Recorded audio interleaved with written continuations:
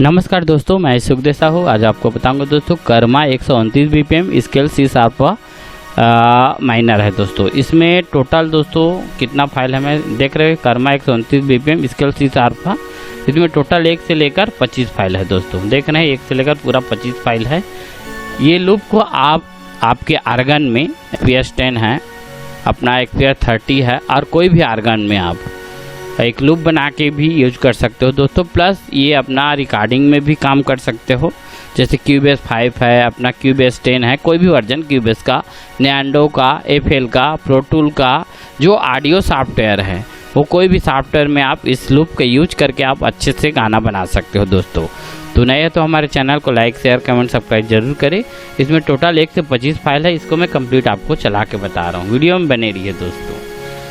यदि किसी साथियों को ख़रीदना है तो वो खरीद सकते हैं। इसका वीडियो को लिंक को स्वयं मेरे पास व्हाट्सएप में भेजेंगे, फिर उसके हिसाब से जो लूप लेना चाहेंगे सेम वही चीज़ आपको मिलेगा दोस्तों।